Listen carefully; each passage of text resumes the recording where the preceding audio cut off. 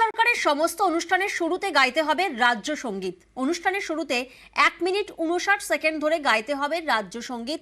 অনুষ্ঠানের শেষে গাইতে হবে জাতীয় সঙ্গীত। মর্যাদার সঙ্গে পালন করতে হবে পয়লা বৈশাখ। পয়লা বৈশাখ রাজ্য দিবস পালনের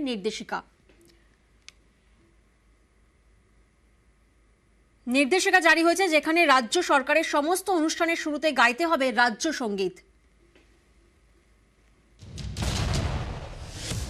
গান যখন উপস্থাপিত হবে সেটা শুধুমাত্র বাংলা ভাষীদের জন্যই হবে। এটা ভারতবর্ষের মতো একটি দেশে কতটা গ্রহণযোগ্য সেটা ভিন্ন বিতর্কের বিষয়। জাতীয় সঙ্গীতকে চ্যালেঞ্জ করে বাংলা জাতীয় সঙ্গীত যেটা তৈরি হচ্ছে, এটা যুক্তরাষ্ট্রীয় ব্যবস্থা, যুক্তরাষ্ট্রীয় ভাবনা, তার পরিপন্থী।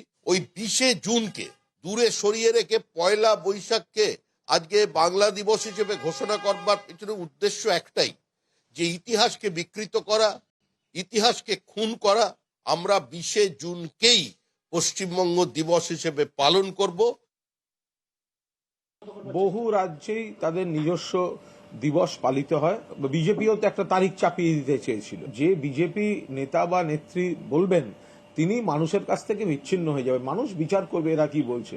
পয়লা বৈশাখ এই দিনটি তো সারা বিশ্ব জুড়ে বাঙালিরা উদযাপন করেন।